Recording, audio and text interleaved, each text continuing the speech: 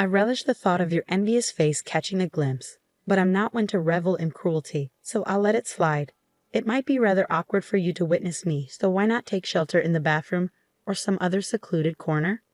She let out a raucous laugh through the phone, taunting me mercilessly. I hold nothing but contempt for this woman, more than anyone else in the world. No, in the entire universe.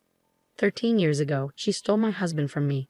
Cutting ties would be a relief, but alas, fate has tied us together as biological sisters. After she abruptly ended the call, I held the phone to my ear for a moment, suppressing a small chuckle. My name is Ruth, a 37-year-old divorcee. My marriage crumbled within a mere 6 months, all thanks to the scheming actions of my own sister. I have an identical twin named Rachel. Our resemblance is uncanny, often leading even our closest friends to mistake us for one another. However, despite our similar appearances, our personalities couldn't be more different. I tend to be reserved, while Rachel is assertive and bold. I excelled in academics, while Rachel thrived in sports. Rachel has a habit of speaking her mind without filter, often criticizing even my choice of attire with remarks like, "How could you wear something so unstylish?" People will think I lack style too because we're twins. That would be dreadful. Our tumultuous relationship isn't confined to our home. Rachel has a knack for stirring up trouble wherever she goes.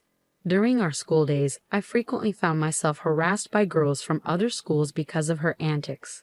"Hey, stop hitting on my boyfriend," she would shout, even when I had no idea who these girls were. "Not again, Rachel," I would sigh in exasperation. Rachel's penchant for snatching away anyone she fancied, regardless of their relationship status, only added fuel to the fire. While I blamed the men too, Rachel's actions are particularly egregious. What's worse, she often loses interest in these conquests as quickly as she ensnares them, sometimes ending relationships in as little as a week. Rachel, you need to cease this foolishness. Have you ever considered the feelings of these other girls? And what about me? I'm suffering too, I once pleaded with her. Her response was dismissive, claiming that the jealousy of unattractive women was terrifying. As if her interference in my romantic life wasn't enough, she even had the audacity to belittle my boyfriend John. This man, John, is the same despicable ex-husband who callously discarded me 13 years ago. We became close while attending the same tutoring center, his quiet demeanor providing me solace in turbulent times. After graduating from the same university, we decided to tie the knot. Little did I know, just 6 months into our marriage, John would present me with divorce papers, uttering the words, "Please divorce me." I reached my breaking point, and I'm sure you know precisely why. Seated next to him was my sister, Rachel, her face smug with satisfaction.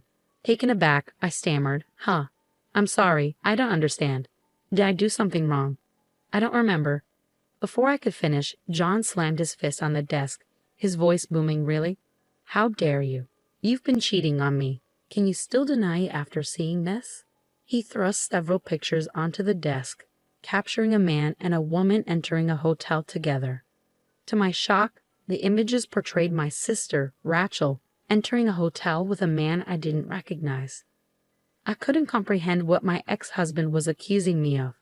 No, this is Rachel. It's not me," I exclaimed. Rachel burst into tears, confessing, "I can't keep lying to you, John." John's expression softened as he turned to Rachel, thanking her for her honesty. I was left bewildered, unsure of what was happening. Then John directed his accusatory gaze back to me, launching into a fabricated tale that bordered on the absurd. According to him, I had been cheating on him, disguising myself as Rachel to deceive him. He had fully bought into this ludicrous narrative spun by my own sister. Furious, I responded to my ex-husband, "Are you serious, John? You've been with me for years, and you believe my sister, whom you've known for only a few months? Are you in your right mind? Are you an idiot?" My calm retort seemed to infuriate him further, leaving him only capable of glaring at me in response. To my astonishment, Rachel had the audacity to flirt with John. "Though you share the same face, your personalities couldn't be more different," she remarked, shamelessly attempting to charm him. "You're not charming at all." Rachel always listened to my grievances with a smile. She's so patient. I couldn't wrap my head around what I was hearing. Rachel's tears seemed so artificial, and behind them, I could sense her smug satisfaction. Rachel had always been a master at playing men, ever since our school days, but her targets had shifted with her career. Now she sought men of status and wealth. John, my ex-husband, who worked for a prominent corporation and hailed from a well-off family, fit her criteria perfectly. It dawned on me that she must have set her sights on him from the moment I introduced them at our wedding. My ex-husband had been completely taken in by my sister's deception. I never imagined that the man I had been with for so long could be so easily fooled. In that moment, any lingering feelings I had for him faded rapidly. You two are despicable.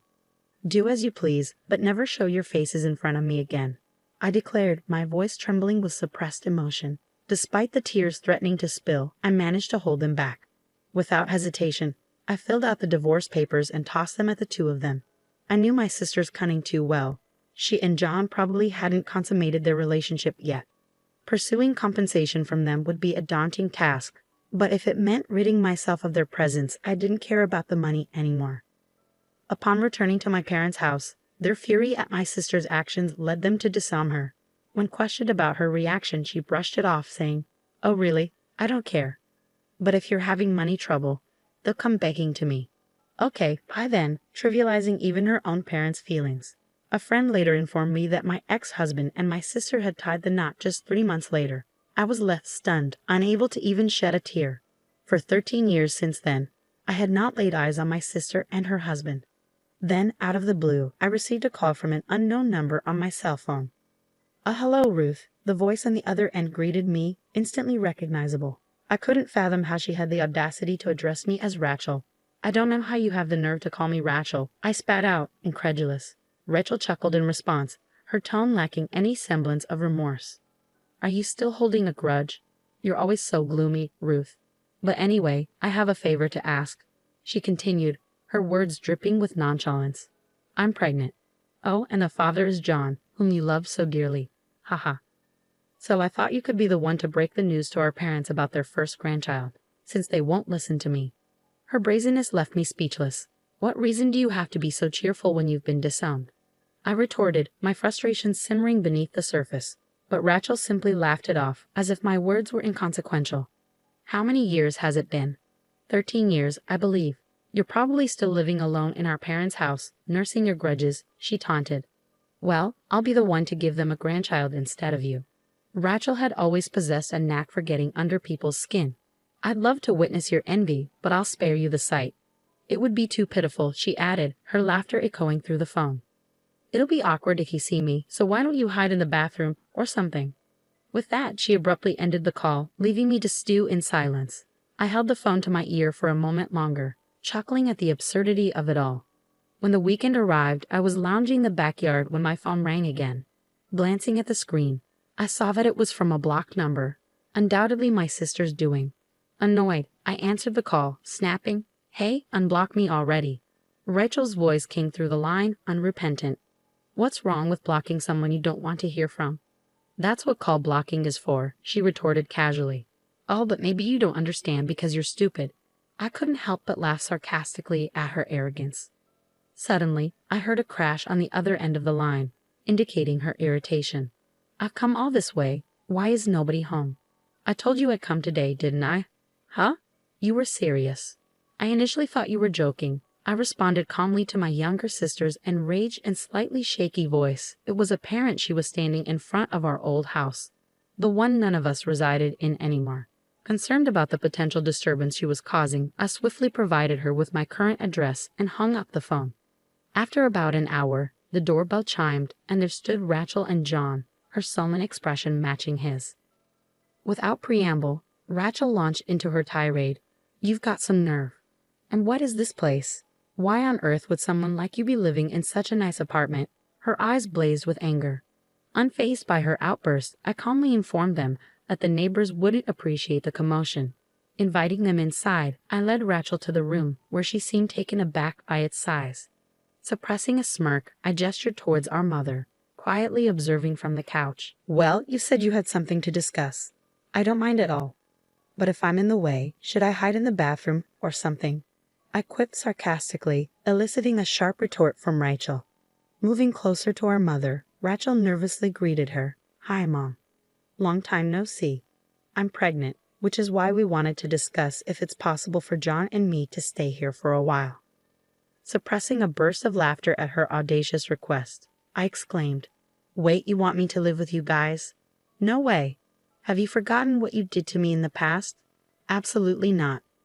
But Rachel cut me off sharply, snapping, "Ruth, just shut up. This house is still under Dad's name, right? You can't even get remarried, and you're still leeching off our parents. How pathetic for a single woman like you." With a smug grin, Rachel declared, "Great job taking care of our folks. From now on, John and I will live here and take care of them. So can you leave? Oh, and where's Dad? Is he at work?" I had reached my limit, but it was our mother who spoke up first. With quiet solemnity, she informed us, "Dad's gone. He passed away." Those few words hung heavily in the air. My parents were always serious people, and despite my divorce 13 years ago, they had always apologized to me, even though it was Rachel's fault. My father, in particular, used to express regret, saying, "Maybe it was my fault for not raising her better. I'm sorry, Ruth. I'm really sorry." His depression deepened to the point where he found it difficult to continue working. At the time, both of my parents were in their early 50s, and we were surviving on my income and Mom's part-time job. A while later, my father was diagnosed with cancer and passed away 10 years ago. Just before he died, he made a request, "Don't tell Rachel anything. I don't think I'll make it to heaven if she comes to my funeral." True to his wishes, Mom and I didn't contact Rachel. We moved into our current house about 5 years ago. Mom had developed issues with her leg due to overworking, and we decided against renovating our old house, situated atop a hill, fearing it would be too much for her to manage. Since moving into this accessible home, Mom's leg had been feeling much better. Though I tried to maintain composure, thoughts of my late father threatened to overwhelm me. Tears welled in Mom's eyes, mirroring my own sorrow. Predictably, Rachel's response to our grief was callous. "Too little, too late. Besides, it's not my fault Dad got sick. In fact, you're living in such a nice place now because of Dad's inheritance, right? That's not fair. What about my share? Didn't I have the right to inherit?" She spat out, nonsensical accusations slipping effortlessly from her lips. Without hesitation, Mom retorted, her anger palpable. "Inheritance? There's no such thing. You only came to us when you were in trouble, doing stupid things before your marriage. How many times do you think we paid alimony because you messed around with a married man? Live with you? Never. You must be joking. Don't be ridiculous." It was the first time both Rachel and I had witnessed Mom so enraged. Sensing the tension, Rachel fell silent. Then John, who had remained quiet like a puppet until now, interjected, "Rachel, you've been deceiving me, haven't you? Ever since. I married you, and my life's been a mess. You're a reckless spender, and you don't do any housework." My ex-husband's words nearly made me burst out laughing. He must be quite something to have put up with her for 13 years. Moreover, when he approached me, he said, "Ruth, I've been regretting our divorce. Do you want to start over? Let's let bygones be bygones." When he tried to touch me softly, I felt a chill run down my spine. No way. Please, let bygones be bygones. Who does he think he is? Is he stupid? It's not his place to say that, I thought, just as I was about to dodge his touch. Suddenly, the door to the next room burst open. "Could you not touch her with your dirty hands, please?" a man exclaimed as he appeared, catching both of us off guard. Ignoring Rachel's murmurs of confusion, I explained, "I told you to stay hidden because I didn't want to involve you." He responded, "I couldn't stand it when he tried to touch you, Ruth. Besides, I think having a third party will help the discussion, don't you think?" Exasperated, I introduced them. Okay.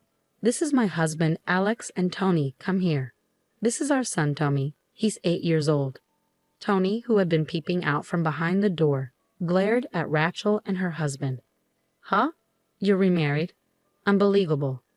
"Why?" Rachel was more surprised than anyone that I had a husband and a son. My ex-husband, John, was equally shocked, gaping like a fish out of water. "What do you mean? Why?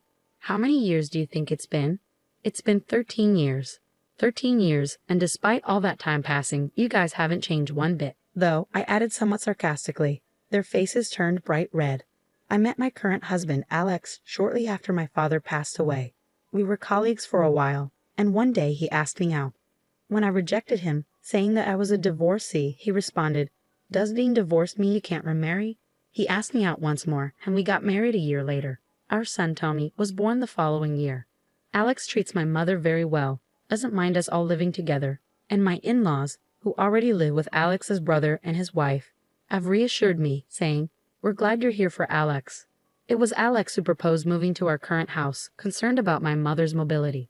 Facing the two shocked individuals, I firmly stated, "My mother and I are living our lives here. Can you not disrupt?"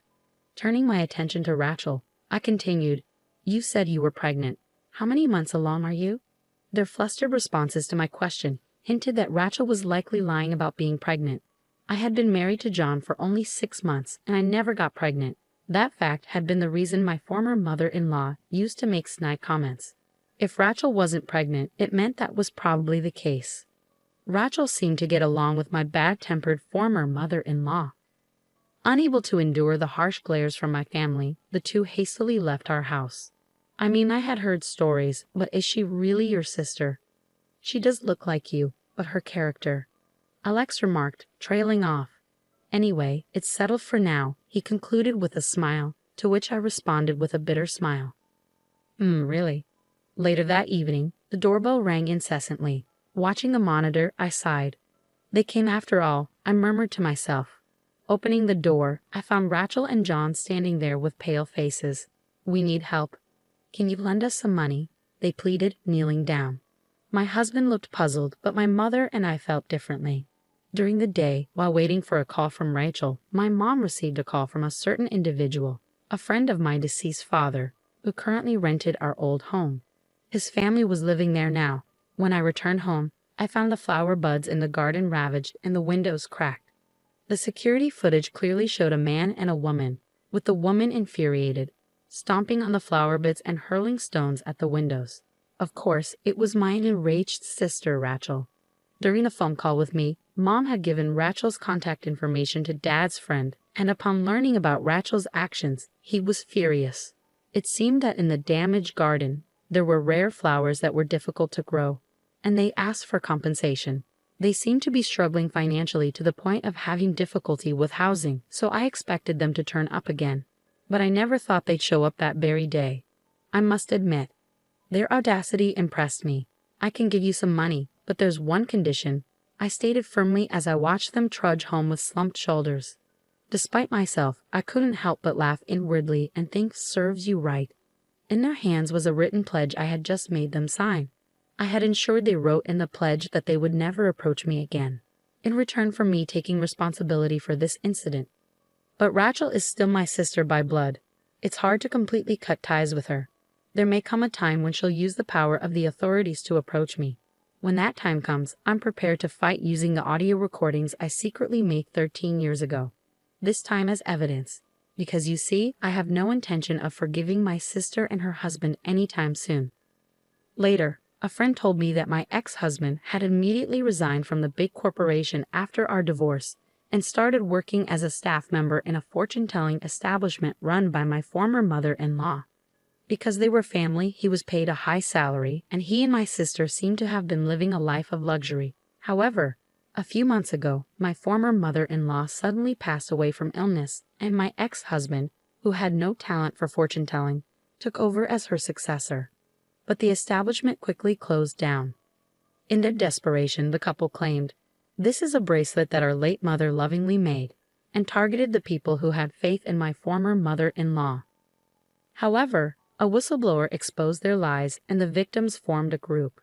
The victims began flocking to the establishment every day, and my sister, who no longer had a place to live and work, came to ask for my help.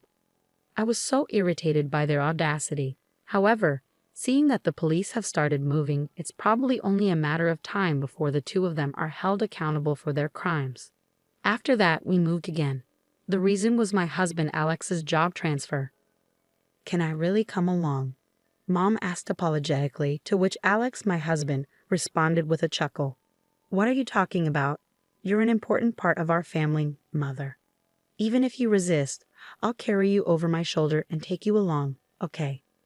Upon hearing Alex's light-hearted joke, Mom let out tears of gratitude. "Grandma, You're crying again. Here, have a Kleenex. Tommy, serving his emotional grandmother, was concerned but still smiled. As I watched my family, I felt a wave of gratitude for the happiness I felt.